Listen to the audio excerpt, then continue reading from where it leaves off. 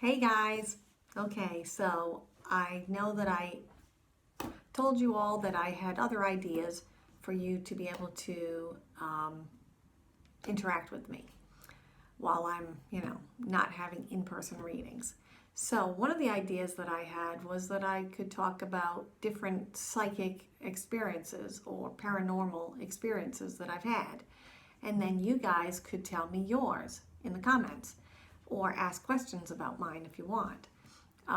So the first one I was thinking would be neat to do or talk about would be astral traveling. I don't know if a lot of you know about astral traveling or know what it is. It's when you leave your body, like your soul leaves your body. And some people do it when they pass, and you leave your body, and usually you can see yourself. A lot of people will say they saw themselves laying down on a bed or a couch because you're up above it. And there's, some people say they see a cord or a silver cord that's attached to the body so that, you won't leave and not be able to get back.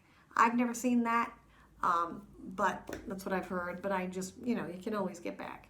So anyways, I figured I would talk about that one because it's really neat. And I do have one time that I went that I could validate. So that one's kind of the funnest for me. I have others, many others, but some of them I just can't validate. So anyways, so with astral traveling, what happens and what I had noticed when I was young is a lot of people you might notice, maybe you've had it happen to you when you're sleeping and all of a sudden you feel like you're falling off a cliff or something, and then you'll hear boom, and it's because you bounce back into your body. Or you'll be starting to fall asleep and you start feeling really weird, like your heart's beating really strange or you're breathing funny, and you might snap back into your body. Those are the things that used to happen to me.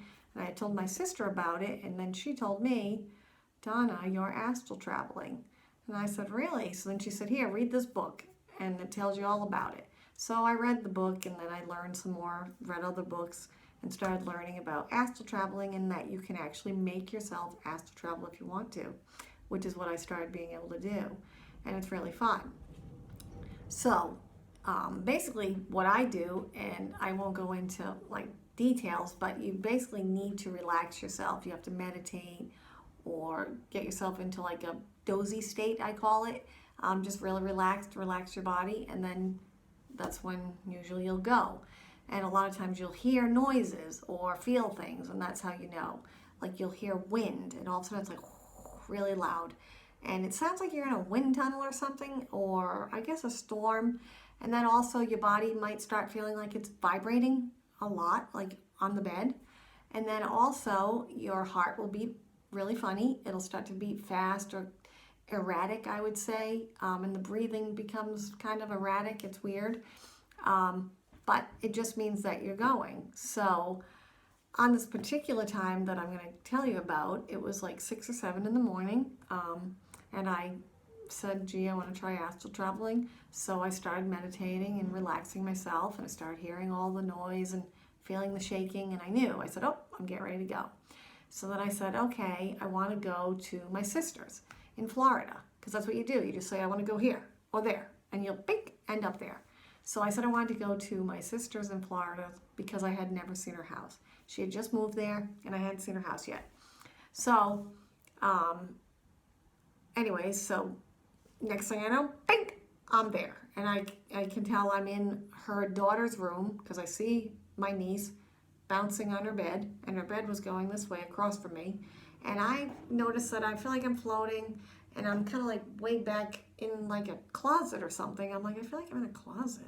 And then when I look out at her room, I can see that it goes this way and to the left.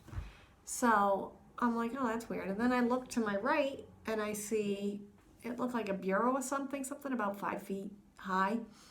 And on the bureau, I can see like, it looked kind of like books or some kind of squares, like a one that was bigger, then smaller and smaller, and then like squishy stuff on the top that looked kind of like scrunchies or something. And they were all colors. They were all like pinks and purples and lavenders and things like that I could just see. So, I look at my niece and everything. I'm like, okay, and then bink, I go back to my body. So then I call my sister and ask her about this, and I say, is Rosalind's room an L-shaped room? And she said, well, not really, but if you were in her closet and you looked out, it would look like it goes an L shape to the left. And I was like, whoa, that's weird. So then I tell her about the stuff to the right. I ask her, is there like a bureau or something? And I explain the stuff that's on it. And she's like, yeah, that's in there. So I'm like, huh. I said, well, I saw Rosalind bouncing on her bed. I said, would she be playing at like 6 or 7 in the morning?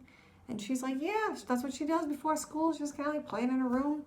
So I was like, wow, that's crazy. So then about a year later, I decided to go visit my sister's house because I hadn't seen it yet. So I go actually visit, and she takes me up to my niece's room, and we go up into the closet, and I look out, and I couldn't believe it.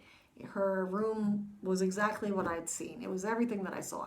You could see the room going out and to the left, and the only thing I had noticed, the bureau wasn't there anymore, but I had said to her, Rosalind's bed was going this way, and now it's going this way. And she said, oh, but back then she had a twin bed, and it was going this way. So I was like, wow. So it was pretty cool. That was like the best one because I was able to, validate it, like I said. I mean, that's pretty cool. But anyways, I thought it was neat. And if you have any stories that you guys want to tell me about astral traveling, if you've done it or if you are able to make yourself do it, I would love to hear your stories. So make sure you comment on the comments and tell me about it. And then also, anyone out there, if you could, I would love it if you would please like my video and subscribe to my YouTube page. And if you would like to see my reveals that are on Facebook, there's a link down the bottom for Facebook. That way you could see the cards that I draw before the reveal, if you want to be, participating in that. Okay, so anyways, that's my first story for you guys. I hope you liked it. I'll talk to you next time. Until next time. Okay, bye.